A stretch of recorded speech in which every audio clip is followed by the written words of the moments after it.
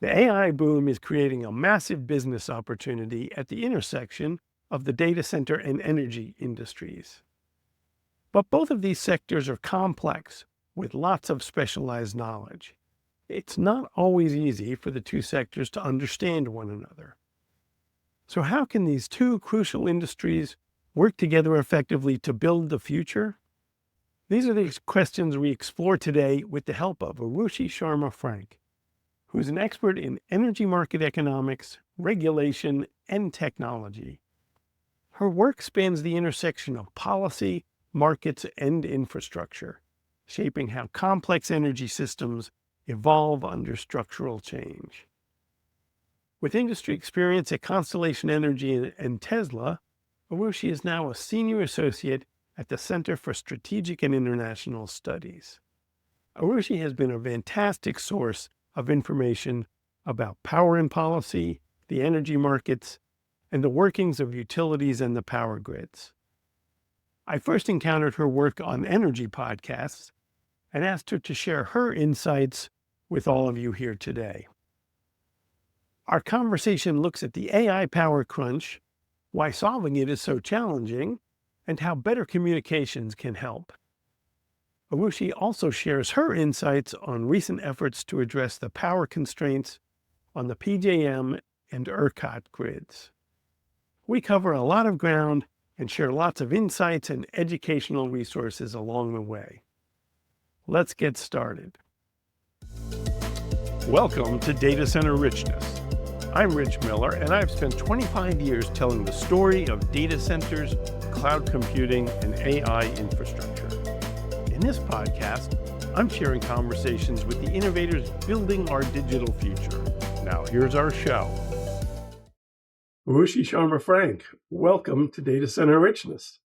Thank you so much, Rich. I mentioned you and your writing on the Energy Central podcast and video teaching session I did on dispatchability. And I think a lot of new energy nerds like myself are now your readers. And I'm delighted to be on your pod next. Well, that's great because I think I've seen on LinkedIn as well. I've seen a lot of people following along on the data center conversation who are from the energy industry, and this seems to be a really important time for people from each sector to learn more about what how the other sector operates. There's certainly all sorts of education going on in the data center sector about energy. And I'm hoping that our conversation today, which comes as there's a lot happening at the intersection of energy and data centers, can help advance that. So I'm really glad you're here. I thought we could start, as we usually do, with just you offering a little bit about what you do and how your journey to your current point and some of your experience in the sector. Absolutely. So I started in the natural gas industry right in the middle of what people call the shale gas boom. Been producing shale gas for a long time in this country, but we revolutionized the technology around it in the early 2000s with horizontal drilling. So in my first job, I got fully exposed to both the technology, safety, and the regulatory aspects of regulating a hardcore foundational energy and infrastructure sector of the US, which is the natural gas distribution and transmission system. And so I have a few different background areas in terms of how I got there academically. And today I'm a professor as well. So students will ask me sometimes, how did you get to where you are? And I was always a very interdisciplinary person. I thought I was going to work in national defense. I actually got interviewed by one of the CIA's biggest contracting arms and thought I was going to be doing that. And energy kind of at that time fell into our laps as a place to really work. And frankly, it just wasn't as creative a place anyway back then. But it started to become creative because people started to take notice of the things that were happening simultaneously: electrification, domestic production of natural gas, and therefore reversal of imports of LNG to exports of LNG. And then from that, we move into the more interesting pieces of electrification, right? Which is solar and wind, economics of coal, like all of those things that have become cases and controversies. They were just a part of the natural trend line of my career. And that is the trend line. I've worked in gas, I've worked in competitive power, I worked in operations. I'm also an attorney. I also do a fair bit of systems engineering work in terms of being articulated, and I do have a background in that as well academically. And I think that moving into the future state was always the mindset that I came into the industry into, because I was very lucky, right, to come into it smack in the middle of big change. So big change is normal for me. People say that, we are really head up about hyperscaling. I was like, I think we can just scale calmly. We don't have to be so hyper. It and I made the jump from a more conventional energy career, which involved, importantly for you to know, working across all 7 US ISO RTOs, the independent and regional transmission operators, system operators, on really deep, detailed rules. And I did this for Constellation Exelon before the split of the companies and the utility and the gen side. I did this for Constellation Exelon at a time when the company was sort of creating like a fleet-wide strategy for deep technical compliance around the actual operations of power plants. And from then I moved into Tesla and I spent 4 years there working with a marvelous number of fantastic teams on all sorts of fun stuff. That really set me up to be ready for the moment where we have deep silos inside the data center industry, inside the energy industry, and inside what I'll call Silicon Valley tech investing, and being able to put all three together is really my the forte or the superpower. And it's let me do very, very interesting things now as a result. I run my own strategy firm that does deep advising and investing for tech companies that are trying to solve some of these problems around getting tech and energy to meet in the middle better. I also sit at a think tank as a non-resident, and I'm moving and creating the energy and power practice inside a economic security and mostly defense and geopolitics associated think tank, and creating space for us to have a better narrative around energy in Washington. And then the third piece, like I mentioned, I love teaching. And so I spend time at Johns Hopkins, I lecture at universities. And that habit, if you will, or that interest comes from having a similar role at every job I've had, where I've been in a nexus point by virtue of my own interests and skill sets to sit between the lawyers and the CFOs and the engineers and the operators in the field. And some of my closest friends in this industry are fleet duty operators and retired nuclear duty operators, and I see the world from their lens. And that's what I'm hoping to do here with you today, is that you should be able to ask me about things that are way far off from the norm of what you might ask someone working inside, a single company. I sit on the outside of multiple companies and on the outside of regulatory processes and all that on purpose so that I can continue to have that role and create what I'd call synergistic bubbles faster between everyone. No, I love the holistic way that you look at and talk about some of the challenges that we're encountering. I've listened and enjoyed some of your podcast appearances and your writing. And I think from the data center perspective, I guess my first question is how the AI boom and the growth in demand for data center capacity and the energy to support it, uh, how has that's obviously been a disruption in the data center industry. What's been the impact in energy, and what are the issues that it's raised and the things that it's set in motion to kind of address this?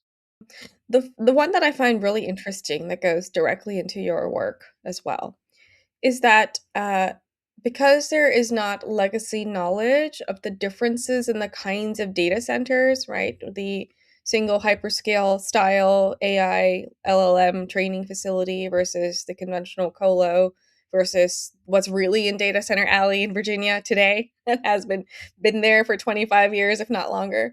The lack of understanding of the complexity inside what data centers are is this is a serious issue, of course, but I also think it's a little hilarious that inside energy, we have so many different types of concepts in each sector of energy, like the fuels, the infrastructure, the utilities, the power markets, and it's so dense.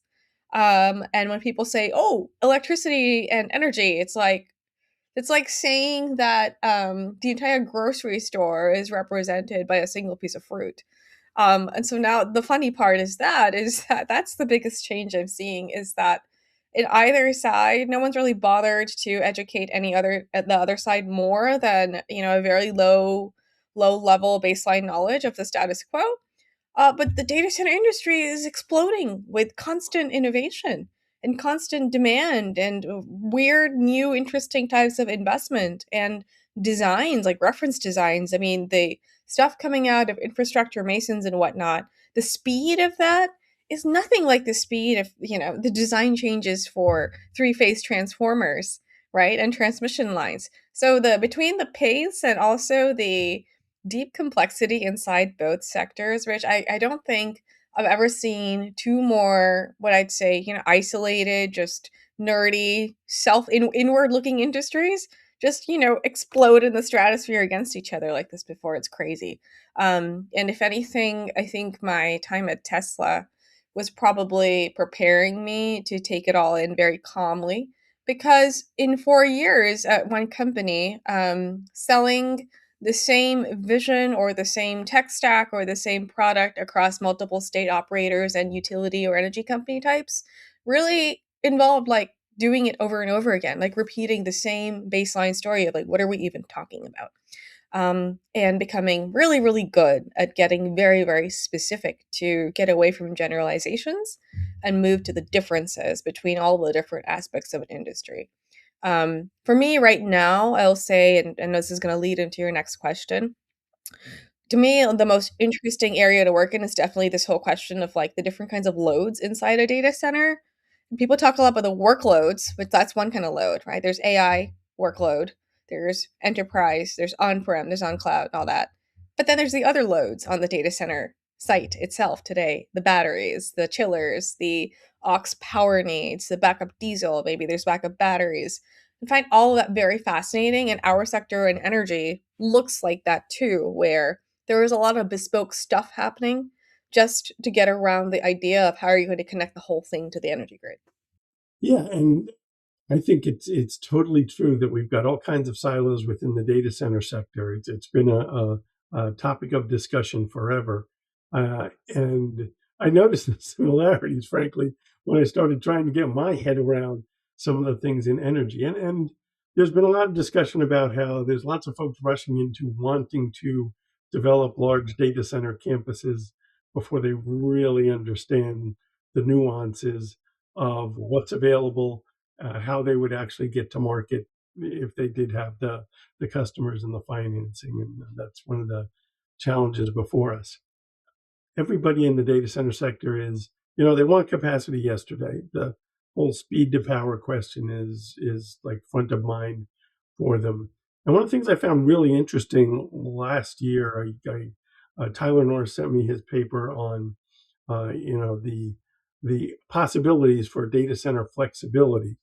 That perhaps if data centers would, be flexible and run their generators and be curtailed for a few hours a month, that would give them better opportunities in terms of how they could work with the grid, and maybe get a better or faster path to power. Um, maybe tell me a little bit about, because I know this is a subject you're focused on as well. What's the opportunity with flexibility, and what are some of the challenges to put that in place and get more capacity available? In the space that I've done a lot of work in already, the idea around flexibility is really a bigger idea, which is dispatchability. And the best way to explain this is by just straight example. So I'm going to just do that. In let's say Texas, the ERCOT grid operator. Okay. The grid wants to send let's say there's a battery, right? Instead of a data center for a second. Grid wants to send a signal to a battery every 5 minutes through something called a base point. It's not actually sending it to that battery. There is a ICCP or a certain type of protocol, right? That is providing a signal to the entity that is operating that battery in a large fleet of other resources, and also operating it in conjunction with other fleets where the operator in ERCOT, it's called a qualifying scheduling entity, might have other options for where and how that signal gets responded to from the market. The operator scheduler over here is going to get that information, and then it's going to send the instruction to one or more of those resources, which might be that battery. And if so, and ERCOT's really looking for resolving a problem in a specific area, then that battery has to be called on. Then there's going to be like an API or other sort of electronic transference that is uniquely coded for that one plan. So the plans controller can respond to what the scheduler has sent. And then there's real time telemetry going on here so that everybody knows that the thing that the grid operator asked for is the thing that happens here. But it's not here, it's here, it's at the scheduling level. So, in every grid operation scenario where resources of all kinds, loads, generators, batteries, are presenting themselves as a solution for dispatch to the market, the again, the misconstrual of flexibility as a single site, single resource solution where something bad has to happen at that site in order to operate to the grid's commands is fundamentally purely incorrect. One way I've seen that manifest in the unfortunate narrative around flexibility is this idea that, well, two ideas. One is that a grid operator signal saying, "Can you please back off my system?" is inherently going to damage computation workload. We know that that's not true. Actually, for AI workload anyway, computation workload can be modulated really fast. It's not great if you don't have a way to actually save that workload and complete it on time for your customer. But from the physics perspective, that's not really an issue. There is an issue in a data center design, and this is where the dispatchability problem comes in, and it's not the same as talking about flexibility. There is an issue with all the other stuff that's at the data center that's not the workload on the chips. It's the thermal behavior of the whole site where things can't just go immediately. Things will break.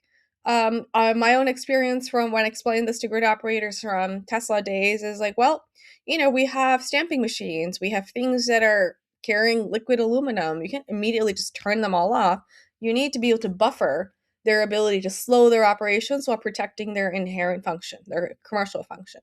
And if they stop altogether, well, gee, it could be days or months before you could bring them back on again. So the reason I mentioned this is that dispatchability from a grid operator, translated through a scheduling function, is sending a command to the scheduler and then to the site. But the thing that responds at the site does not have to be deprecating any of the things that need to be protecting at the site. The dispatch can come from co-located generation, right? You can immediate transferability of power. These are just like basic engineering concepts that folks inside the data center industry and the energy industry know, right? So uninterruptible power supply means that you don't interrupt power supply. If you need to ramp things down at a certain rate, you can. I think the magic around this is that the innovations we get from focusing on flexibility as the broad narrative might be really interesting for operators and might be worrisome for data center operators, for grid operators and data center operators. But there are so many engineers in the space that are excited to make it work, that are excited to figure out that, hey, we can protect, shape, shift our needs, all of our power consumption needs at this site with the buffers that we want, right? To not have them snap turn off immediately. And we can provide layers of electrical hardware and software control that still respect what the grid operator needs and ramp down our grid consumption from dispatchability that we've built into how our site runs, period. And then you get into all the fun things that you hear about. You get into things that come out from EPRI, like, oh, there's behind the meter generation, there's stacking up different dispatchable assets, there's workload orchestration, there's geo shifting certain types of compute, which really only works as far as I know for inference, not for training. And then there's the folks who can't afford any of that, and so they really need firm power all the time. And if you're going to shut them off, then well, please make us last in the line. So you have all of these different needs, but the thing I just said out loud of who can go first and who can go last is exactly that. It's an energy offer curve. In this case, it's a data center dispatchability curve. It's who can curtail what to the grid at the lowest price first. And then go down to the highest price. And the highest price bidder is probably going to be the one that doesn't want to do this at all. Um, and then, Rich, I want to make sure that you have the ability to dig into some of what's happening in our energy industry side from this lens of, wow, that sounds hard, but what is the option? Everything I just said, including the idea of flexibility that might be imposed, requires a very voluntary compact between investors, site designers, grid operators, utilities. The opposite of that is to not have any of that and say, oh, everyone just wait for firm power and figure it out in the time being. We already know that the cost of that is monumental to society because we are not connecting assets to the grid. Therefore, when you have a day like this and there are letters coming out from government officials saying, "Oh, curtail, provide power, whatever," it's like there's no quantitative way to effectuate that if we don't have a voluntary scheme. Instead, what we have is data center operators getting worried about curtailing when nobody has actually done the work yet of creating a protective, economically viable dispatch solution, right? It's emergency shut off. And so last thing I'll say about here this is that it's super important to me that we create sticks and carrots and that the sticks aren't actually ever used. We shouldn't need to use them because there should be so many carrots to convince our industries, both of them, to align on ways that we can create a dispatchability curve, connect to the grid, get that grid power, get the 5 nines or the 6 nines they're looking for, and then avoid the scenarios where we just have to go around making phone calls and telling large loads like, bye, see you. But don't see yourself off too fast because if you leave too fast, then you break my grid. So you have all of these challenges on this side where we do nothing. And then we have these challenges around what's considered flexibility, but truly is dispatchability of, the site and its co-located assets and software capabilities. So, for our listeners in the data center sector, what are the things that they need to know or think about to get a comfort level that helps them to engage effectively around this issue? Yeah, the first thing is really important that I said about articulating your own industry's vocabulary fast and correctly. Like I love that there is a paper out on flexibility from Duke from the energy industry, right? There isn't a version of that from the data center industry where this industry has put out their paper that says these types of sites are designed with a 32% thermal buffer requirement and will require 2.5 hours to ramp down their power consumption by 13%. But if you give us that time, we can protect our physical equipment and shut down our mechanical operations in a smooth fashion, and the rest will be done by power controls. Why doesn't that exist? Do that. And if you do that as an industry or as a prominent group inside the industry, you get to the solution for the problem that has made this so hard anyway, which is that the energy side, the utility side, the regulator side, they just say, look at flexibility. It's like, oh, everyone should be able to do this. And the answer is like, no, actually, not all loads can do this. There are all of these enterprise workloads. There are all of these enterprise conventional customers. There's national security customers. There's PNC banking. There's a lot in this space. But if you don't own the burden of proof of distinguishing the complexities of your own industry, you certainly can inspect a completely different one to figure it out for you and get it right.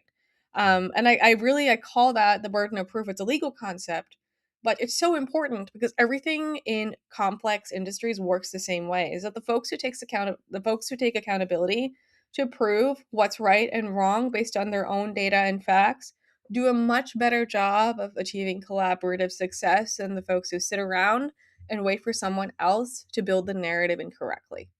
Listen, that's been a huge issue for the data center sector historically, is that there's been a tremendous reluctance to share a lot of information about their power or water use. This is showing up in a lot of the disputes at the community level where data centers come in and folks say, hey, well, how much power are you going to use? How much of our water are you going to use? What's all that going to look like? And a lot of the data center operators will assert that, well, it's a trade secret, so we can't talk to you about that.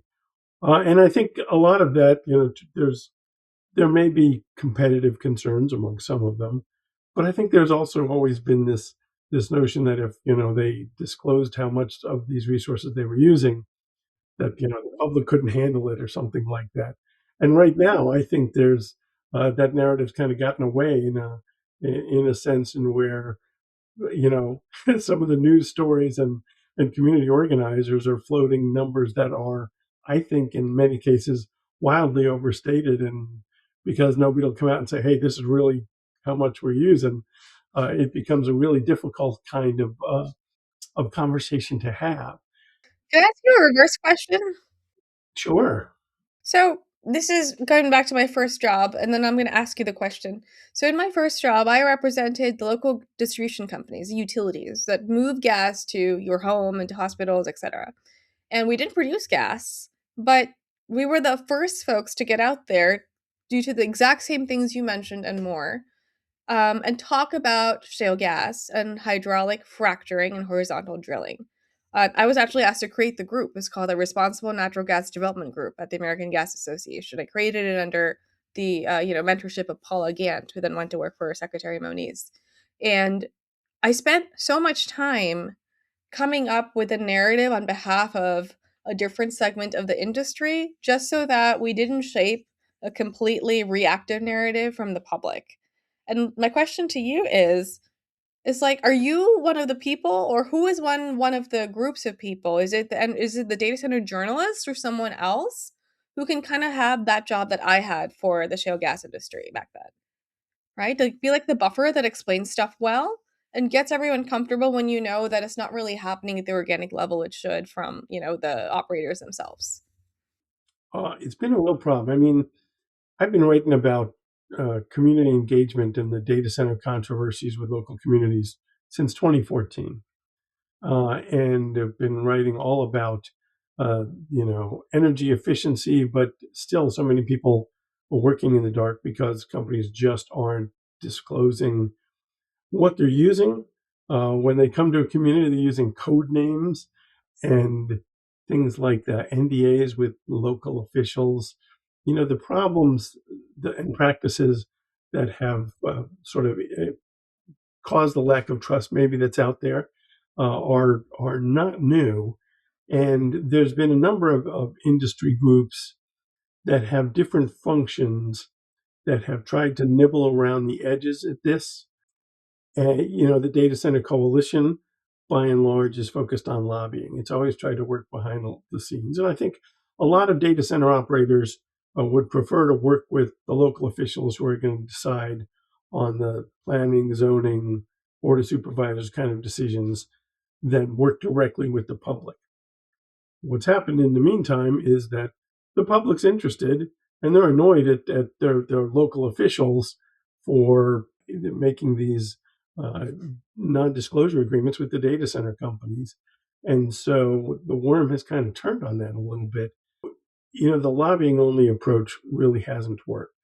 There's others who are trying to coordinate. Infrastructure Masons, you mentioned, has tried to coordinate activity around initiatives to help have standards to drive things. It's always been kind of surprising to me, given the amount of money that is flowing through this industry and into these projects, that none of these people with these enormous investment perspectives on the industry haven't just thrown a pot of money together and said, okay, here's our storytelling unit, our narrative to respond to the press, because lots of times, particularly nowadays, sometimes data center operators don't really want to talk to the press. And I understand that some of them have scars from previous encounters, but I think it would be tremendously helpful if there was an outfit working on behalf of the industry. I mean, I'm an independent journalist, and I'm trying to kind of present, both sides of the picture. But it's been surprising to me that there hasn't, been more organizing specifically around saying, we're the data center industry. We bring you YouTube, Netflix. We were the lifeline to the world during the pandemic, and really telling a better story about it not just being a big big building representing AI or tech billionaires or something. It's never gotten together, and I think my personal take on that is that it's just about the impulse towards secrecy has gotten so embedded that it's been hard to acknowledge where things are. And now that power has become the issue, I think that it's still kind of, I think there's a lot of things going on, behind the scenes, but not enough being spoken about out in the open. It's really, really interesting. I mean, you've kind of diagnosed and really articulated what a lot of energy regulators will tell me. One of the roles that I get to have, much like you, I use my Substacks to A, teach what I know, but also to communicate with regulators in the energy industry who need sort of objective, third party, scholarly, but also sort of like tech practical perspectives on what's happening.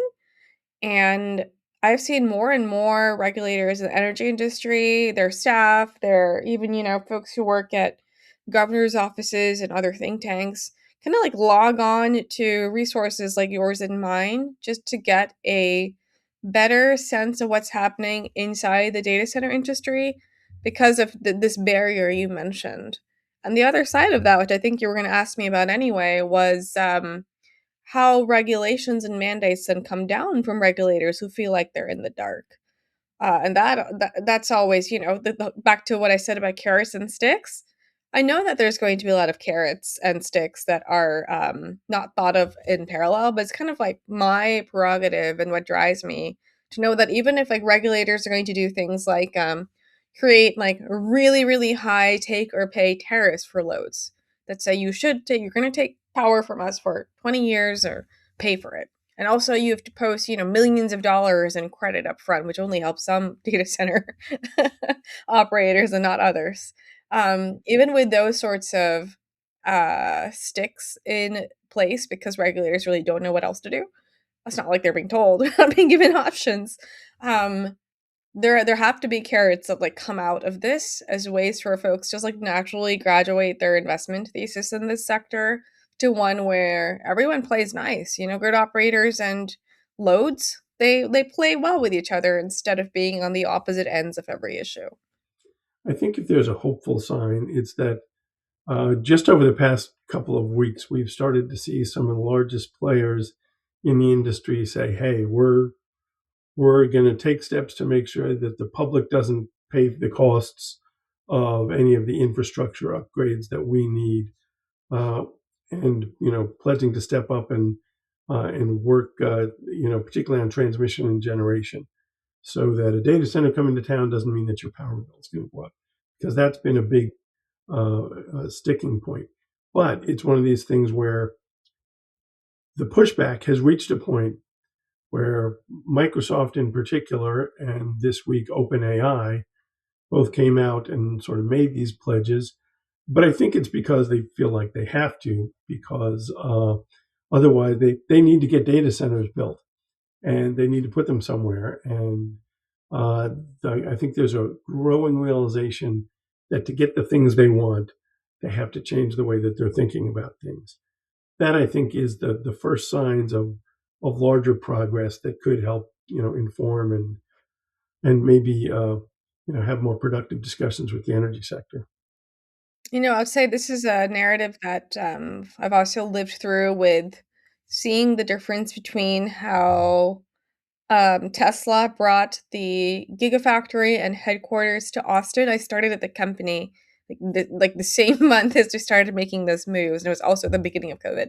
Um, and I remember having multiple conversations with folks about how differently things were started up in terms of community integration, local workforce, etc., transparency around what we're building in other factories. But for this one, we just had this like transformative, amazing people first, socialized infrastructure first plan for how we would build our presence out, starting inside Austin and then growing into, the greater lower Colorado River area. And it just reminds me like the starting point for large businesses is so, so important, because if you plant the correct seed at the beginning, then, the natural pattern is community trust. Whereas if you don't, then it's, oh, like, well, you're going to be making a lot of bait and switch decisions at the last minute.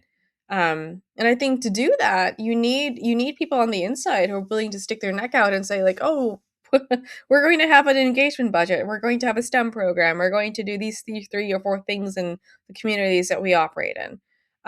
So that, to your point, like, that's a lesson for the data center industry directly from the energy industry too, is that we do have those types of sort of community first or location hyper local engagement templates for building very complex, interesting, large industrial businesses in this country. There's been a lot of discussion the past couple of weeks as we've looked at how the two industries knit together, about different regional grids and some of the challenges that they're facing with all of the requests for capacity from the data center industry. Um, it really kind of this seemed like sort of an extraordinary thing to me. But last week we had, the White House and the Energy Department essentially getting together with some governors in the PJM regional grid territory and kind of making very strong suggestions about how they should be working with their capacity auctions. Tell me a little bit about what is your reaction, your take? I know you've written some about this. There's a lot of intricacy to it, but from the big picture, what's the significance of what's happening now in PJM? So I think for most of us who look out at the future about what could happen, the largest significance, or the most significant piece of it, is that it's a very new but almost necessary type of interventionary push to figure out, like, who's going to pay for capacity for very large loads versus pay for the reliability buffer for everybody else. Right? So whatever you think of capacity markets, the whole point of them is that there would be like a margin of error, if you will, around which, if you plan the system well, then even on the worst day of the year, the coldest or the hottest day, everybody gets power at a reasonable price. Yeah, and it's designed that way with this like forward mindset, and that's what capacity means, like the forward storage of the ability to inject energy or reduce energy consumption, electricity consumption. And the interesting piece of this is that, like, as an idea, it bifurcates the way that the capacity auction and the market works and makes the concept of bilaterally contracting for power a lot more resonant, to the point that we're creating like two markets instead of one. There's one for the big guys or the ones who can play in this thing, and then there's like everybody else. Um, More so than that, I found really interesting that in the middle of the White House announcement, the same day, I could only write about one thing that day. The same day that PJM board approved all of these new curtail your load, bring your own generation type options for approval, and just passed it and said, "Oh, we're going to do these. These are going to go for FERC approval." It happened on the same day, which is, that to me is like a fascinating thing to layer on top of this, because on one hand, loads and generators that could, say, contract with each other outside of PJM's resource adequacy or their capacity construct might be doing everybody a real favor.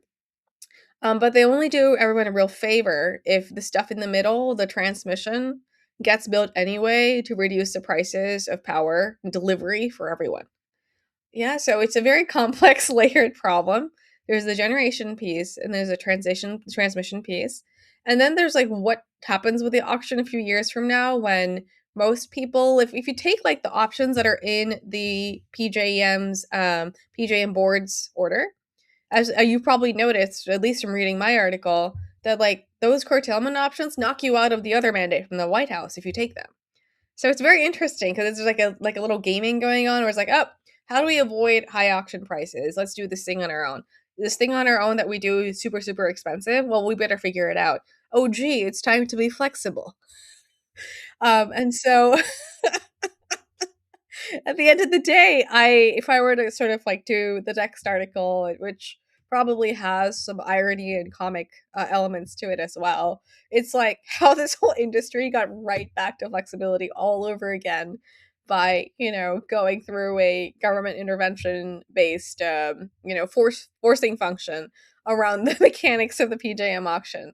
I think it's crazy, and maybe that's been the biggest lesson here is that I think most of us who have been in this space and dealing with capacity markets for a long time know that we've always had problems. But I've never seen so many solutions get proposed at once, like powerful, large actors in this space, all just in it at one go. That's really unique. That's new, which is why when I wrote my article for CSIS, I wrote it in terms of creating a menu of options because there's never been a time where all this stuff has happened together.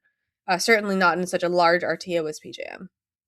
Step back a little bit. You mentioned that there's all this innovation, all these different sort of strategies people are proposing. You've written about some of them in other regions. The process in SPP has been very interesting. ERCOT has a lot going on. Um, what are the approaches that you find most promising at the grid operator level to try and advance the ball a little bit? So I like to call it privatize your delivery risk until the transmission gets built. Across every market I work in, I fundamentally believe that people can energize their loads by privatizing firm delivery hours. Just figure out a spot. This is a highly locational thing. You can't do the same thing you do at one node in Houston that you can do at one node in New Jersey. But if you are designing for a grid integrated, reliable power future for your load, whether or not you're a data center, you're going to have to deal with the reality coming in all of these RTOs that all people who are in this space want their power a little bit faster than the firm transmission rights coming. And I think that the global solution has to be one where we support large loads paying into the firm upgrades, which once you do that, you're building for everyone, right? So it's socialized transmission infrastructure and it has to be socialized. If it's not, we get great disparities in who pays the bill and foots the bill for the transmission projects. And even for a lot of data center companies that are not the big 4 or 5, that is a lot of money and a lot of money for a power line that they may or may not fully utilize in the next X years, especially since there's already a bunch of transmission headroom on the system. So we have to do both. I think that if you're in this space now, if you're not building to figure out how you privatize your delivery risk to your large power consumers, you're only playing half the game. And even if we didn't think about the transmission pace versus the I want power now pace, there's still emergency shut off stuff. So like the legacy transmission systems can't accommodate all of these new very interesting, very large like township city side loads overnight. Like that's not going to happen anyway. So everyone already needs to be prepared to behave in this way where you're willing to take the grid power you can get for the hours you can get it in. And if you can't, figure out a way to insure yourself, right? And that's where dispatchability becomes an issue again. SPP's model, the HILL model, the co-location models offered in the PJM solution, the controllable load proposal in ERCOT that I am the sponsor of. All of these are different ways of achieving that outcome. If they are all co-enforced with the same exact standard, which is like you can connect faster if you're willing to privatize your delivery risk. And when the firm transmission comes, you have to subscribe for it and you have to pay for it. And if you don't do those two things together, you start to see, inequities in what's actually getting built and what isn't getting built because interregional transmission, which we desperately need in our country, it requires, socialized investment in order to have socialized benefits. So when you say privatize your delivery risk, exactly what do you mean there? Is the on-site power a part of that, or break that down for me? Yeah. So I'll give you one or two examples of this. So if you are operating a load, and the load has a load factor of 80%, but your utilization level is lower than that load factor by say 20%, right? So 60% for 8 months of the year. And then for the rest of the year, you do operate at your full load factor. You operate at 80% of what your firm power deliverability is. There are ways that you will optimize when do I absolutely need to have all of that power versus when I can have less. And in the times that I can have less, where am I going to get it from? Like, well, I might get it from my farm transmission line or from my secondary line that I've tapped into. I might put in a one powertrain, so combined cycle natural gas, if I can get, a firm pipeline tap. I might put in temporary generators. I might put in batteries, generators, energy efficiency for my coolers, so power them for half the day. I might add in compute workload flex. I might design my site so a specific model is trained at this site, and my electrical design supports this 60 versus 80 load factor. And I'll definitely have in that mix uninterruptible power supply. Now, all that stuff that you're doing, the reason you spend all that time and money on it is that the value of the compute you get from building out that way by privatizing delivery risk in that way is so high that even if you didn't do it, if firm transmission was available today, you're sure as heck going to do it now.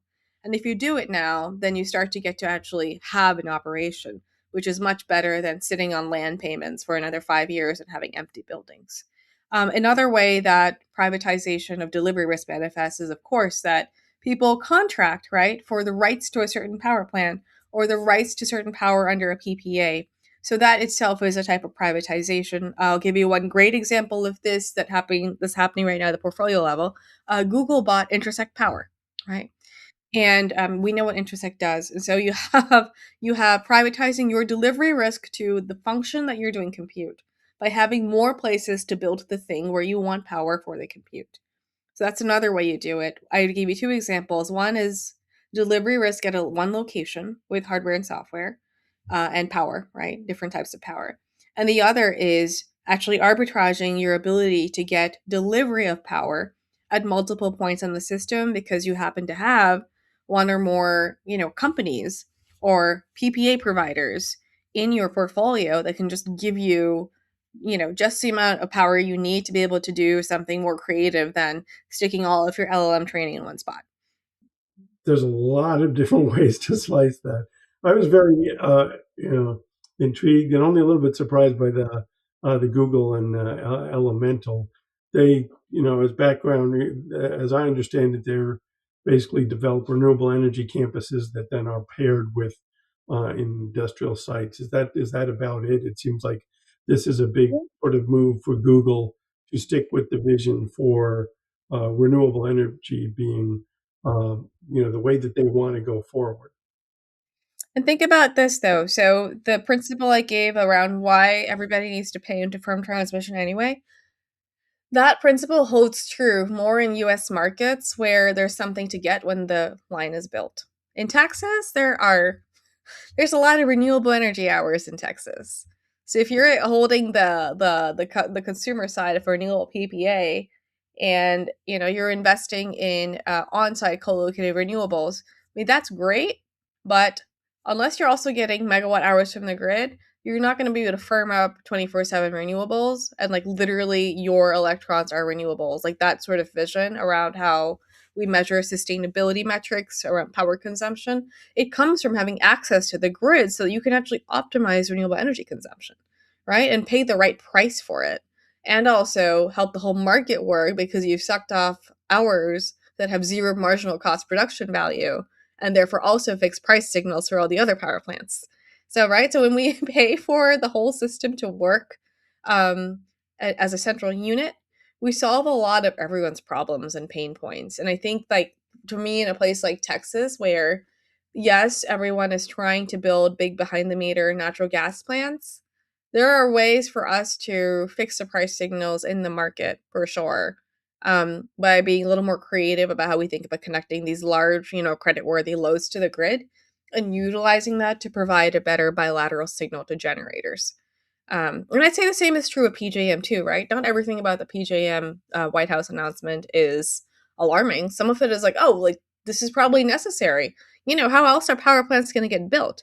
The complexities in PJM are more to do with the fact that there are many states. Some of them have no new generation getting built. Some of them have some getting built.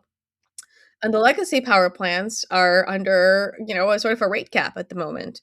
And so you have these differences that need to be equalized by some pretty creative contracting practices. And that's how you kind of restabilize the market. And so, from my perspective, the arbitrage strategy for any large power consumer, it inherently is going to involve privatizing delivery risk, right? Even a bilateral contract that occurs so that a PJM auction price can be avoided is a delivery risk solution. I want to ask about batteries. Folks have, there's been a lot of discussion of battery energy storage systems, BESS, utility scale batteries, that they could help address a range of issues that present themselves in different scenarios. Uh, how might batteries help, and what do you see happening there? Yeah, I love batteries for their ability to help with supporting power transfer for behind the meter configuration. So, like, let's go back to like loads and SCAD, or that's a our acronym we hadn't talked about yet. But let's go back to a grid operator sends a signal to a scheduler, and a scheduler sends a single signal to a site controller. Yeah. Um, what is behind that controller? Like, well, if there's a battery there, then the portion of the site that is operating very finicky chillers that you don't want to turn off might switch to an on site power source with the help of or directly to battery power that's packed into an uninterruptible power supply configuration. And there are so many innovations happening in this space, but the idea of storage is to provide both like uninterruptible support and transient support, like prevent little flickers from becoming big waves in power quality. That's one. The other is moving storage closer to the actual process of compute so that computation itself can be stabilized and it reacts better to changes in overall system frequency. And system frequency on the grid side doesn't break because batteries are there as a buffer all the way at the chip or the rack level of integration. That's another one that I think is really fascinating. And then, like the basic things that we already know, utility scale batteries can do. I know you asked me just about utility scales, but I was trying to like get there from the smaller to the bigger to the biggest. The biggest ones are the biggest ones. Like I think now that if we are in a mode where we're telling state policymakers, hey, every AI enterprise, new data center has to pay for transmission, well, start plopping some batteries on the system. They don't have to be very large, but they can solve what you call thermal constraints or N-1 constraints that prevent multiple power delivery lines from serving large loads together. And I explain this to people not as like a real-time scarcity issue. It's like just like the Tyler Norris study, like there's a lot of like extra hours on the grid. The issue with connecting everything into ones is that there's some design engineer over there that's panicking that if they lose one line, everybody else can't continue to get the rest of their service. Right? So when everyone just draws from the grid together, managing the imbalance across these different constraints in the system was like, oh, the one plant has to send power to four places at the same time. What happens if I drop a line? Everything's going to break down. So that planning constraint can be solved by using batteries in system operation. And we have some places in the US that have become more sort of like game forward and awareness on the importance of utility scale batteries as a transmission and a distributions operations tool, but we have ways to go. One of the examples I give to folks like yourself who are like not like understanding like what does battery do as a transmission asset? What do you mean? As I point them to other countries' tariffs where it's a lot more clear how a utility scale battery can behave like a stabilizing factor for the grid as a whole. And it doesn't matter what else is on the grid. This is not just for renewables. Batteries also stabilize the grid for largely kind of thermal or synchronous condenser grids as well. The Canadian operators have these tariffs, like ASO, the Alberta Electric System Operator, has a transmission must run tariff where a different resource is going to behave as a transmission system constraint mitigation solution. And you can register your battery or your gas plant in that program.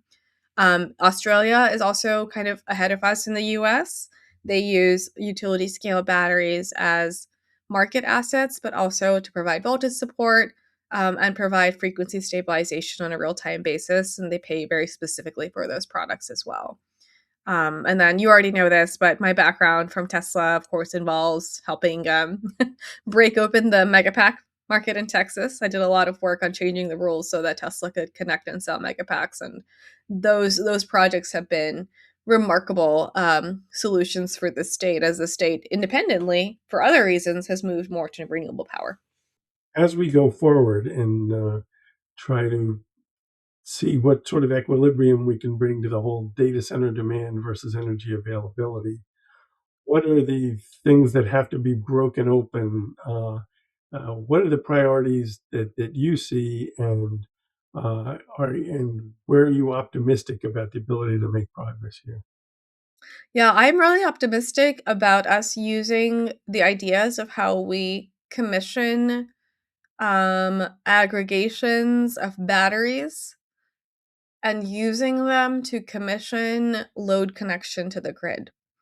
We've talked a lot about like the mechanics inside a data center, but one of the things that is underexplored is that the site control behavior of a data center that may or may not have co-located generation um, can be responsive to grid signals to provide different services that are not energy reduction intensive at the data center.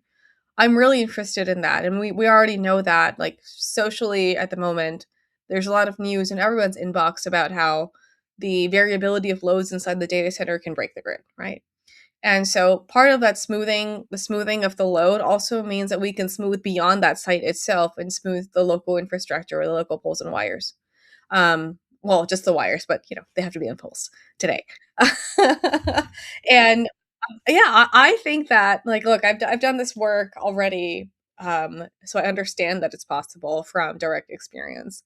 I think that we will have more demos showing what's possible and build the actual grid products around it faster than we will build grid tariffs that invite the demos. Does that make sense? There's a docket that I would like your listeners to see. It's docket number 51603 at the Public Utility Commission in Texas. And in a July filing that has my name on it as Tesla's representative, I filed 69 pages plus introductory docs, I think, um, that have the entire layout of an aggregation of 65 power walls, so small batteries outside people's homes, operating like a hive mind to respond directly to 4 of ERCOT's grid signals. And we did that demo at the drop of a hat, internal work, yeah, with our customers, but we did it because we wanted to show the grid operator that they could write the rules to enable that behavior to be monetized and incented by the grid. And that's exactly how it happened in real life, too. And the same is true, I think, for other tech demos where you just publish the capabilities and do the demos and do the tests, whatever, faster so that a grid operator can trust that it's real. And then you can build the rules around it that actually fit the real solution. And that's the kind of work I love doing. And so I call it future proofing. I'm future proofing in my work for the eventuality that if people like me aren't pushing hard on grid integration solutions, we'll just have just more crazy stuff happen. Like, we'll have more Senate Bill 6s, right? Which have red button type language. It's like, oh, turn the whole thing off. It's like, well, the reason that exists is that no one came before that to say, like, well, we can work with you to turn these things off voluntarily. And also, we're going to start doing the control system demos to show you it's possible on a testbed basis. That's actually one of my projects I'm working on with Emerald AI, is to work on the testbed synthesis and show all of the partners of Emerald, whether it's the NVIDIA side or it's the colo provider side or the grid side, that we can articulate the software-based controls to do dispatchability, and we can do it as a formal program too, if and when you have it, or we can come in and tweak the existing programs you have to deliver it. You want to maybe give a brief overview of Emerald and what they do? I know you've been an advisor to them. Yes, absolutely. So they provide the AI powered orchestration solution. So the control systems, right? So the software that leans right into whatever is managing the power utilization of the chips themselves, so the AI workloads, all the way down to what workloads are running. In our industry, in the energy side, the analogy people carry is like, oh, inside a very large battery pack, there are lots of little batteries, and each one of them has a power or a current transfer wire. So imagine that turned into software where you're actually conducting from the chips to a software platform through a physical intermediary, right? The actual control signals that say how much work should you do over what period of time based on the obligation that that chip has to finish something on time. So the workloads themselves are the obligation. And Emerald has the ability to work really deeply with inside the customer portfolio of the data center cloud provider, and with the hardware provider. In this case, a lot of their projects have been with NVIDIA because NVIDIA Ventures is invested in the company, but they've done other stuff too. And show that they can reduce, delay, and shift power utilization from racks of GPUs, clusters of GPUs, and do so in response to an external signal, any external signal. So you can imagine that if they can do that and show that outcome, what we should see in 2 or 3 years is that if we do really get grid connected loads at the scale we think we are forecasting for, a grid operator should be able to pick up the phone and call a utility or directly call a data center or both, and in the programs that that site is enrolled in should be able to use both their workload and their co-located dispatchability to be co-orchestrated by Emerald systems and draw down power consumption at the rate and the specificity that the grid operator wants it.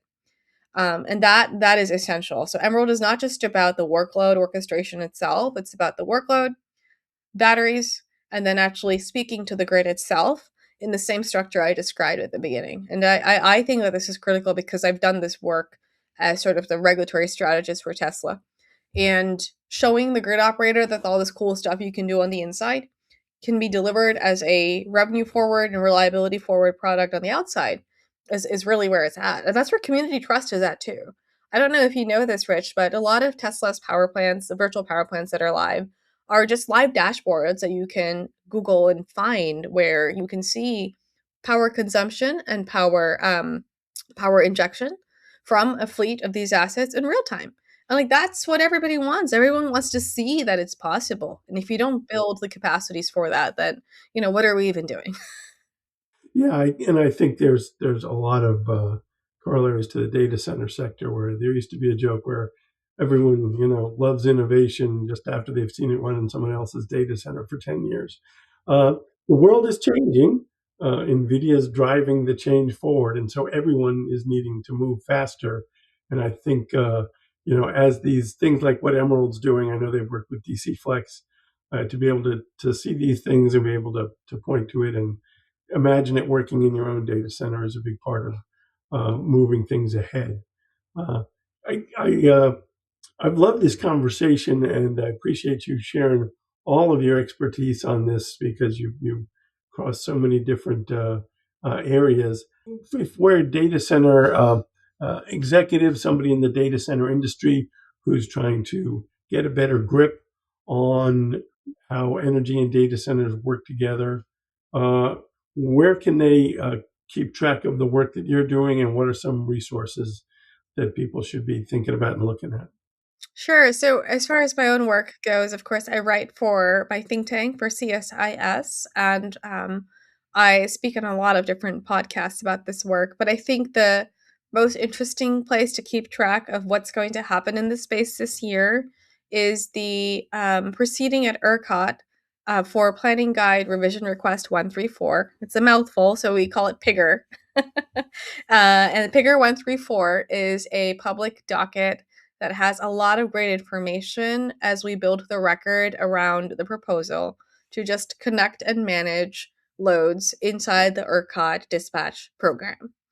And a lot of the, oh, can we do it? Can we not do it? The simplicity of what you're really doing, which is connect these things, let them figure out how they'll curtail from the grid by themselves, give them power faster, and watch everybody's interconnection studies. And I do mean everybody in that area has become easier as a result, right? Because the more controllability you have in a certain load pocket or a certain load area in a congested substation zone, the more of that you have, the more dispatchability and wiggle room you have, the less problems you have with the utility telling you that you can have firm power.